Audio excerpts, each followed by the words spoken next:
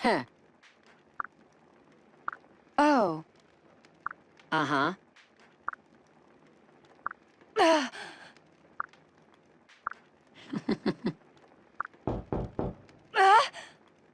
Uh-huh.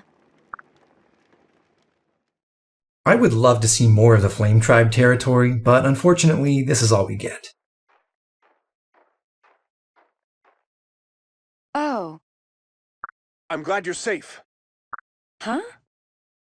Let's go.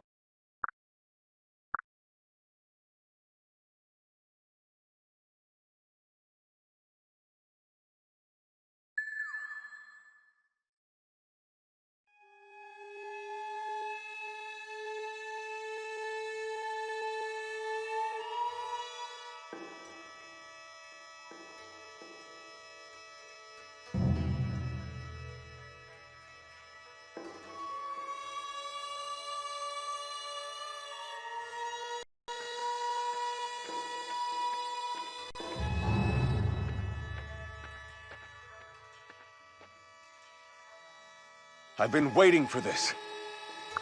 Thank you. Huh? Uh-huh.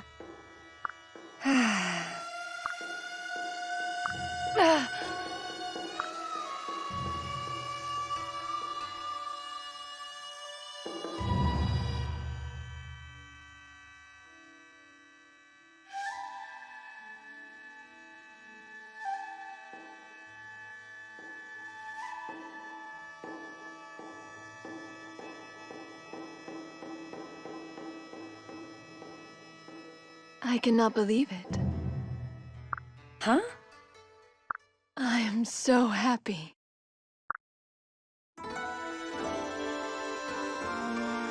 What?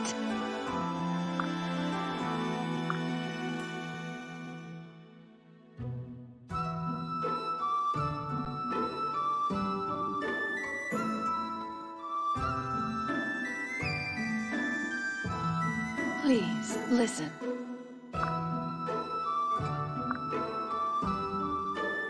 No. Yes. It can't be. Don't be fooled.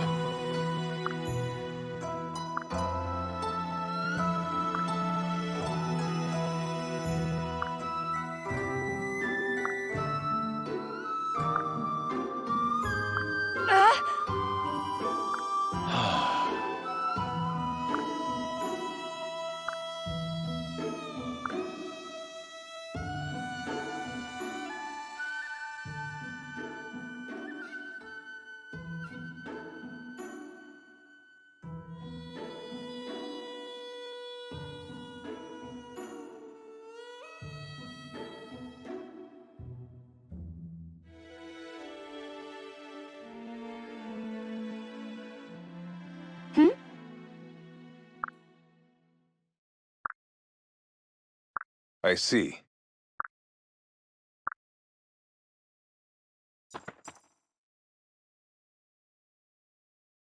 Reporting. What? Sir! Ugh!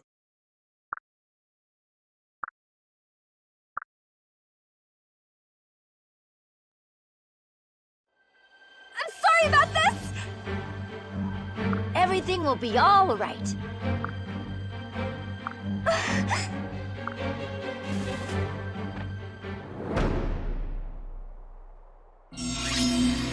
Listen. We finally have a couple of formal side objectives in addition to the main objective of routing the enemy. First, we can visit the nearby village to pick up a goddess icon.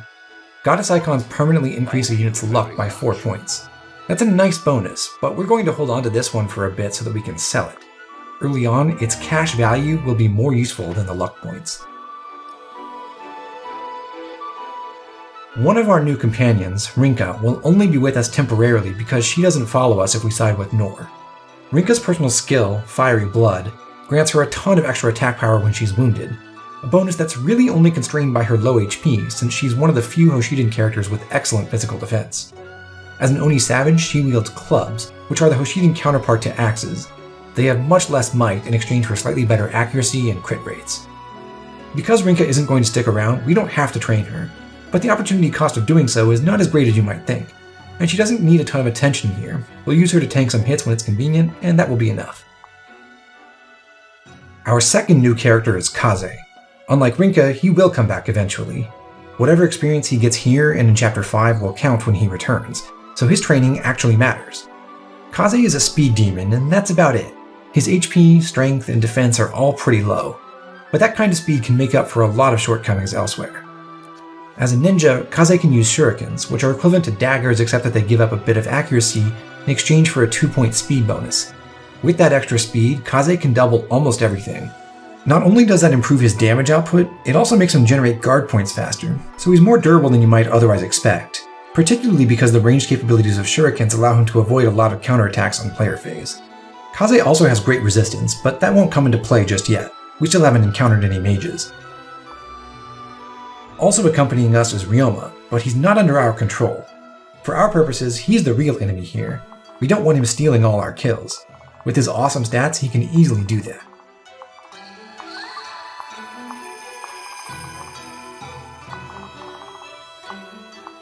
Our weakest opponents are the level 3 Faceless with no skills, but there are other Faceless at level 4 with skills that have post-battle effects.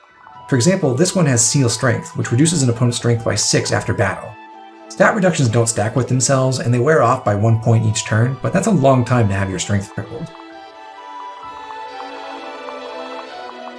Most of the other level 4 Faceless have Seal Defense rather than Seal Strength, which is perhaps even scarier. This Faceless near the boss has Poison Strike, a skill that reduces the opponent's HP by 20% of its maximum, but only if the user is the one who initiates combat. Damage effects that apply outside of battle can't drop you below 1 HP, so Poison Strike is never lethal, but you need to be aware of it. Kaze trades his healing item to Corrin, who will need it later. He then pairs up with Rinka. We can do this. When paired up with a teammate, ninjas grant skill, speed, and movement. That's why Rinka has 6 movement and not just 5. In a moment, we're going to exploit that bonus to stay ahead of Ryoma. We can extend our movement range even further by having Kaze drop Rinka, allowing the two of them to start crossing the mountain already.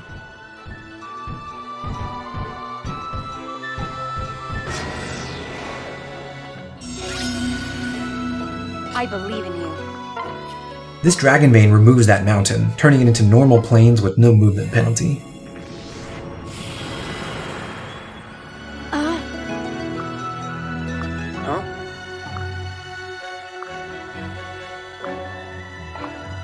Looks like we have no choice.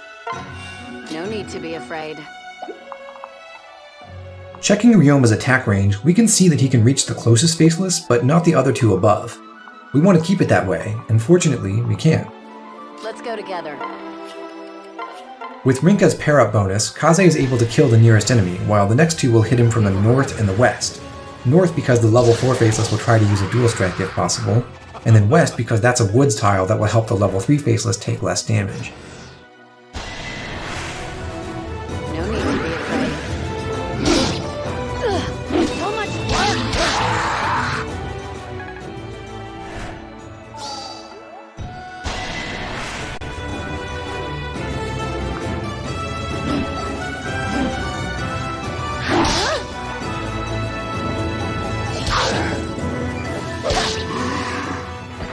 Victory is mine! I'll back you up. Not even close!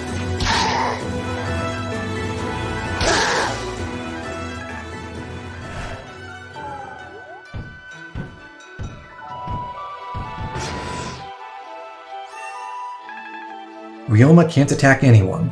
Neither can Corrin, but that's alright.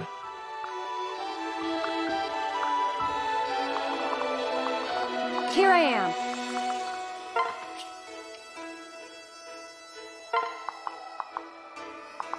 Let's go. It's important for Rinka to transfer Kaze away. Kaze needs to be with Corrin next turn, but Rinka has to go in a different direction. This kill doesn't always have to go to Rinka because both Faceless may target Corrin on enemy phase, but killing one of the enemies eliminates a lot of risk. Phew. We don't want Corrin to take too much damage right now. Show me what you got.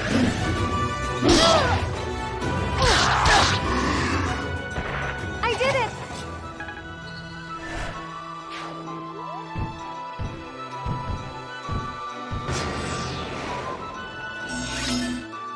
We can reach Hinoka and Sakura a lot faster if we trigger this second Dragon Vein.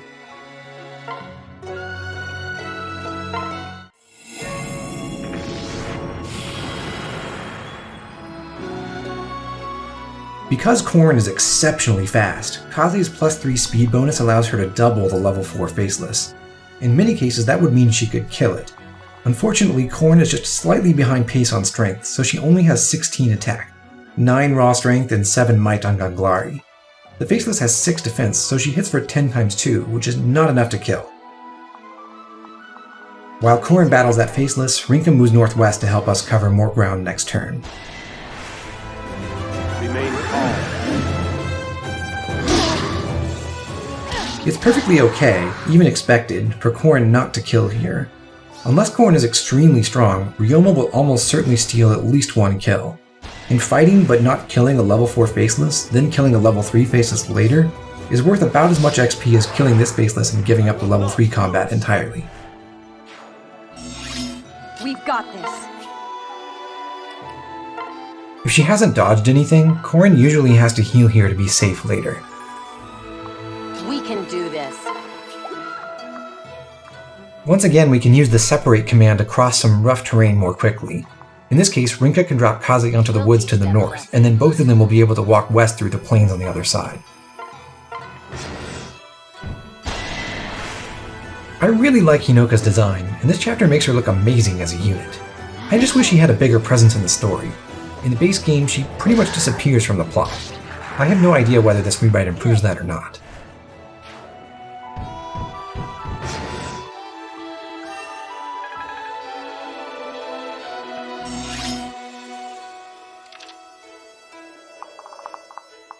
We have to kill another level 4 Faceless. Corrin still can't one-round it, but we can get the job done by having Kaze weaken it with his Shuriken.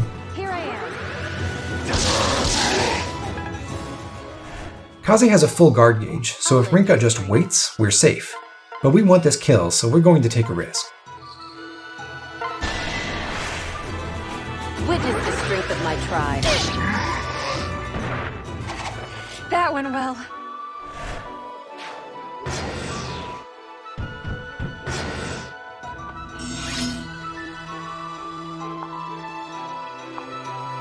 You're all right. There's a reward for talking to Hinoka. Are you okay? Everything will be all right. Understood. Hey! Huh? Well, Thank you. Yes. Huh? Corrin knows that Hinoka and Sakura are princesses of Hoshido, so she should realize that they're her sisters, but she doesn't bring that up. Weird. Switching to Rinka puts Corrin in the back, and that allows Kaze to take Corrin and switch to her. These two Faceless are the weaker level 3 ones, so Corrin can one-round them both. And since she and Kaze filled up their guard gauge last turn and didn't use it up, they still have a dual guard ready. By the way, if Ryoma hadn't killed that level 4 Faceless earlier, then he would have already attacked and killed one of these two.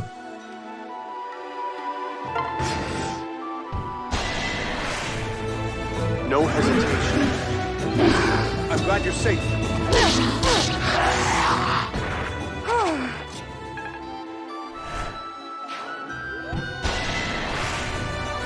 I am at your service. It's over.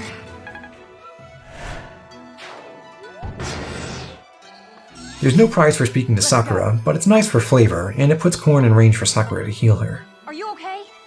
Thank you so very much. I see. Yes!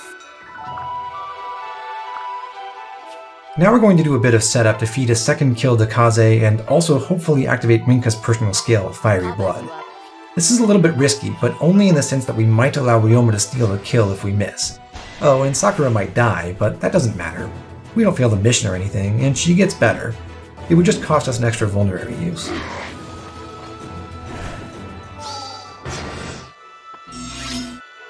Quickly now. Everything's all right. The hope is that everyone hits, including the faceless, because we want Rinka to take damage. I'll protect you. I can help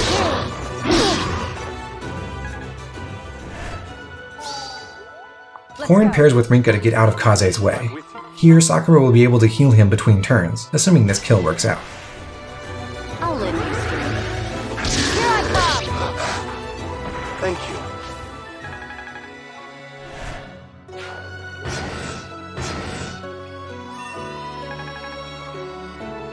Thank you, Sakura, for healing everyone up to a reasonable amount of HP. We're finally going to tackle the boss's squad, but first we have to navigate over there. Everything will be all right. Ready for this? Everything's It's useful to knock down the northwestern mountain because that makes it easier to run back to Sakura if we need more healing. We can also use the other Dragon Bane to demolish the mountain the boss is on, but the mountain terrain works in our favor against the final 4 enemies because it prevents them from ganging up on us.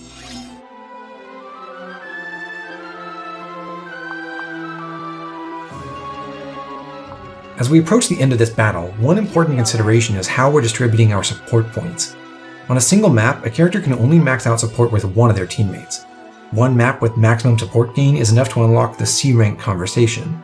Since Rinka isn't sticking around, we prefer for Corrin and Kaze to earn more support points with each other than with Rinka. That way, when Kaze rejoins the team, he and Corrin will already have C support available. Show me what you've got. As of right now, Kaze's support point counts with Rinka and Corrin are pretty close, so we have to be careful to keep Corrin in front. We'll cover the finer details of support tracking later. I'm just pointing this out because I had to revise my tactics slightly to account for this. If we don't earn the C support with Kaze here, it's possible to make up the difference in Chapter 5, but not with a strategy I intend to use.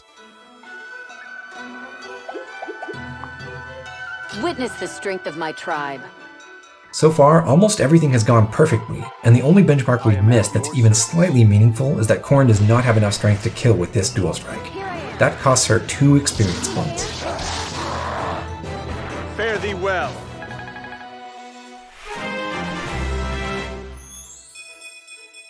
As compensation, we get a great first level from Kaze. We've got this.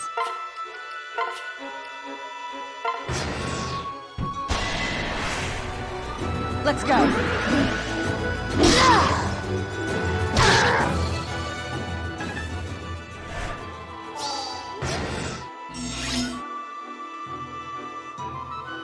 Everything will be all right. Don't worry. You're quite skilled. The AI tries to set up dual strikes with units who aren't in range to attack directly, but it doesn't recognize that pair up automatically blocks those dual strikes. In this situation, the boss's attack essentially just gives us free dual guard experience.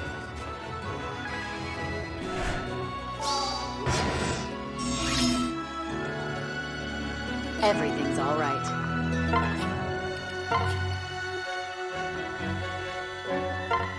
Let's go. I'm with you. I'm impressed.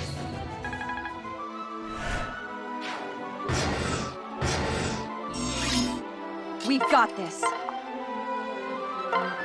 Leave it to me. The boss is scary because it has both Seal Strength and Steel Defense, and Kaze never has more than 6 defense, so after this attack, he'll have 0. But Kaze always has at least 18 HP here. He's standing on a mountain that effectively provides 2 defense, and the boss has 19 attack. That means Kaze always survives the next hit.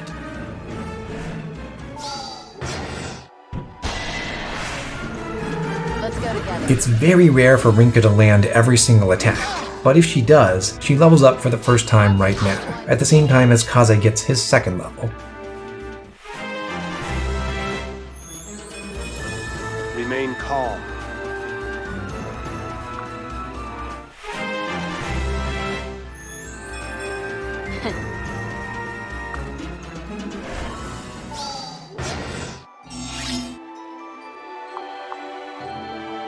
Looks like we have no choice. I believe in you. This is my chance. I'm with you.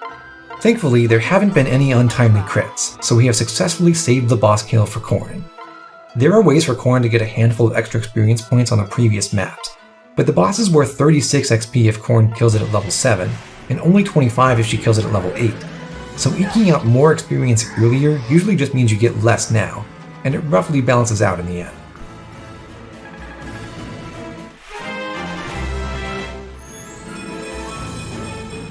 Yes. Now that's what we like to see.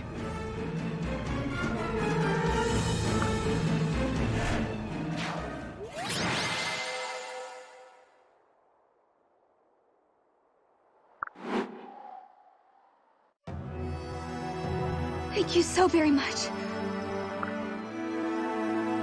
Well... Huh? Huh? Big sister?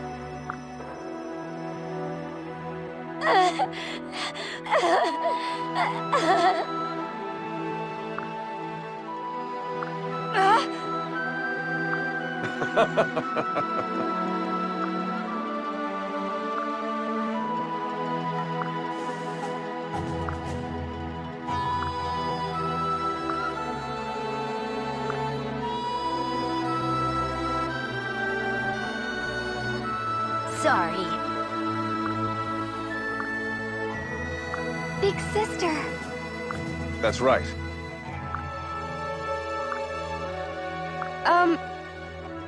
Yes.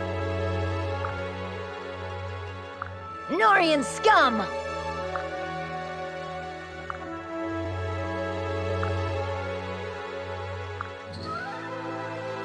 That's right. No.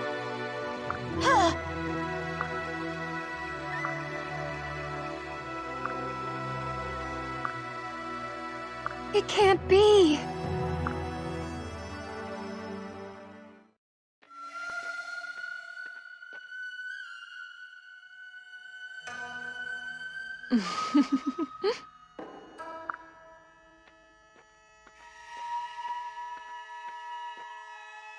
Oh.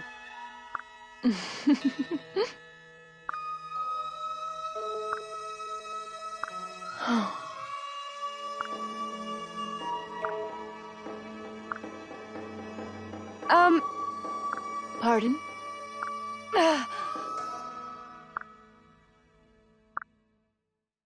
Corrin's explanation of how she feels right now seemed so reasonable to me that I was convinced this had to be part of the rewrite. But no, this whole conversation is unchanged.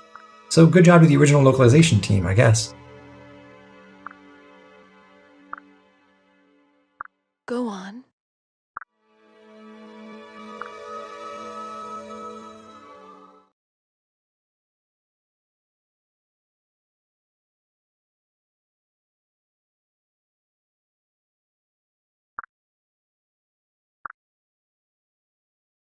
You are the ocean's Huh? waves, destined to seek life beyond the shore, just out of reach.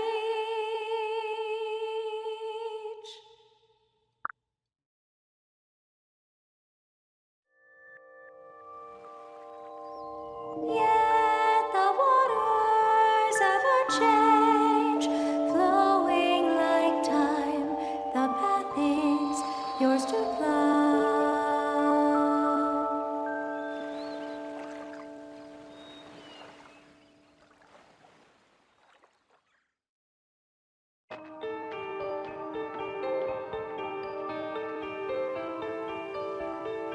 Sorry. You. Well, I am Azura. Huh? Truly.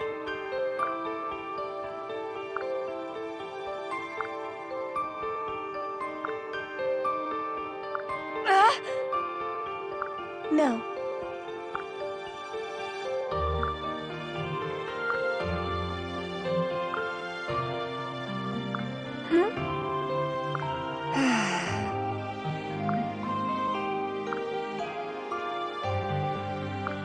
see.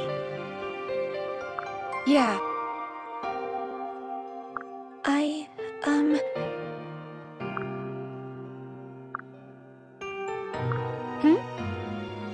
Hey.